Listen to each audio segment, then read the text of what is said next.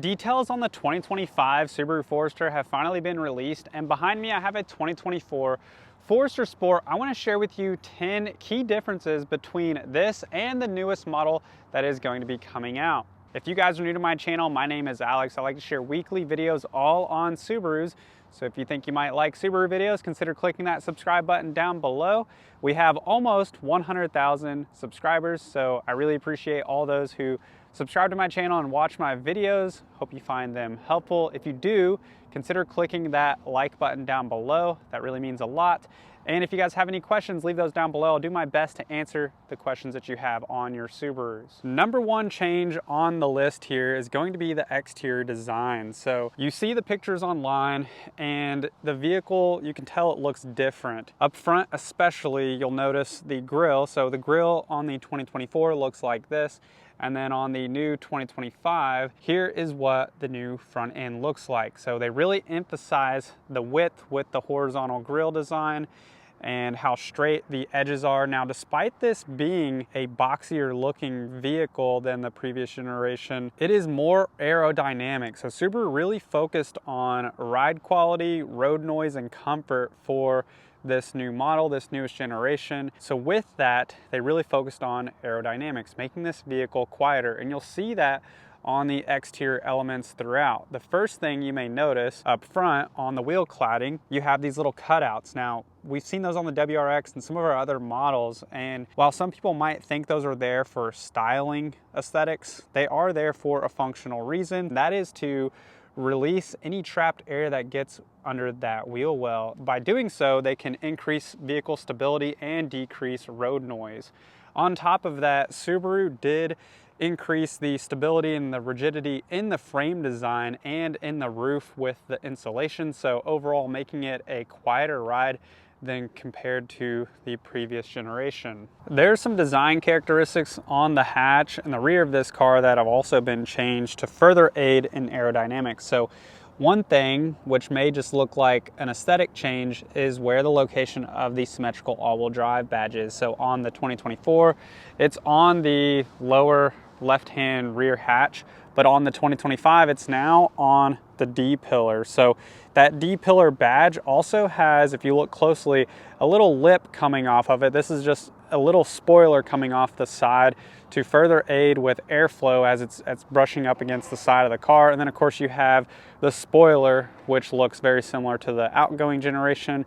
But then even in the details of the taillight design, so the rear taillights, here's a 2024, and now here's the 2025. You see again that little edge, that lip coming off the edge of the taillights, which is supposed to help with aerodynamics. When looking at the hatch, here's the 2024, and now here is the 2025 Forester Sport. The Forester is imprinted on the rear hatch, again, further emphasizing the width of the car despite the dimensions being almost identical.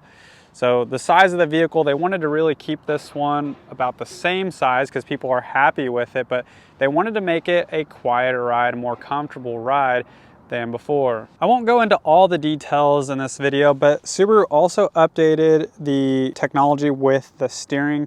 So they upgraded to more improved steering. I think it's a dual pinion electronic steering system, similar to what we see in the Crosstrek and in the WRX. So more responsive steering and something that is more comfortable and stable than before. In front of me is an ice silver metallic Subaru Forester, and in the media and pictures and videos, you probably have seen this new color featured. I believe it's called River Rock Pearl, and according to the color code on Subaru's build sheet, this is going to be available on all but the base trim level. So pretty nice that they're offering a new color, and it's going to be on almost all trim levels. Speaking of color, ever since the 2019 Forester Sport came out, they've always had the standard red accent pieces on the roof rails, on the side of the doors, and down below on the front grille trim. And instead, in the 2025, they've changed this up, which I think is a good move on Subaru's part, looking for something a little more subtle. They changed this up to the bronze outside. And so these bronze accent pieces really give it an elevated look, in my opinion. It's more subtle for somebody who wants that sporty look but doesn't want something just kind of jumping out at you like the red does. And on the wheels, instead of the black alloy wheels, they now have the bronze alloy wheels, which I think looks really good on the white that they show, and probably even that new gray color that is coming out. With the sport trim, it's always had this two-tone gray cloth interior with the leatherette side bolsters, and instead Subaru switched this up on the 2025. It's now going to have the same StarTex upholstery that we see in the Outback Onyx and the Wilderness line. So they're going to have that StarTex material, which if you are unfamiliar, the StarTex is a water repellent synthetic leather material. So it's not genuine leather. For those who want something that's easy to keep clean and durable, I personally have it on my Outback and it works really well. They have also completely redesigned the seats, which appear to look very similar to the new seats in the Subaru Crosstrek. So if you want to get a feel or sense of what these are like, check out a 2024 Subaru Crosstrek. Those are already on the lot. You can test drive and even buy one of those if you like it, but they've redesigned the seats to make them more comfortable. And they redesigned these seats with medical institutes to actually come up with something that is more comfortable for sitting positions. So it's better on your back, it's more stable, and the way the seats are bracketed, they are now bracketed to the floor instead of sitting on the rails like the previous generation was. That also helps with road noise, ride quality, and what you feel as a passenger or an occupant when you're driving one of these cars. The roof rack design has also changed. So here is the 2024 roof rack, and there are two roof rack designs on the 2025. There's one on the lower trim levels that almost resembles the outgoing option, but then on the mid and upper trim levels, we're going to have this sleeker, more minimal roof rack design, kind of similar to what we saw on the old Outbacks prior to 2020. The side bolster here has also been updated on the 2025. So if you are reaching in the back, it's supposed to make it easier to do so, and you don't have this blocking you like it does in the 2024 model. And to go one step further, on the Forester Touring, you now have ultra suede combined with the leather interior. So this adds for not only further grip whenever you are driving, but also gives you that elevated look that you sometimes only see in luxury cars. Another big design upgrade and technology upgrade is in the infotainment. So here's the 2024. It has a smaller display. This one in particular is the 8-inch display horizontally. Has some physical controls, some physical dials down here for climate, and your charging is down here. It does have Apple CarPlay, Android Auto, but it is not wireless, and there's no wireless charger capabilities. With the 2025, they now have the 11.6-inch touchscreen display. Not surprising because they have moved this over from every model. The Forester is actually the last one to get this. So they now have this larger display, and they do have wireless Apple CarPlay, Android Auto, and the wireless charger is optional. The 2025 has a larger storage area for your phone, as well as USB-A and USB-C charge ports. The 2024 Subaru Forester has the power liftgate optional on some models that can be opened and closed with your key fob or by a button on the dash in the driver's seat. Now on the 2025, they're adding a foot activated, so you'll swing your foot like this to open and close the power liftgate on those that are equipped with it. The eyesight cameras up front that was first introduced on the 2013 model year has been improved with each and every generation with new camera technology and new software. So these cameras control the pre-collision automatic braking, the lane centering, and the adaptive cruise control. I've made tons of videos on those.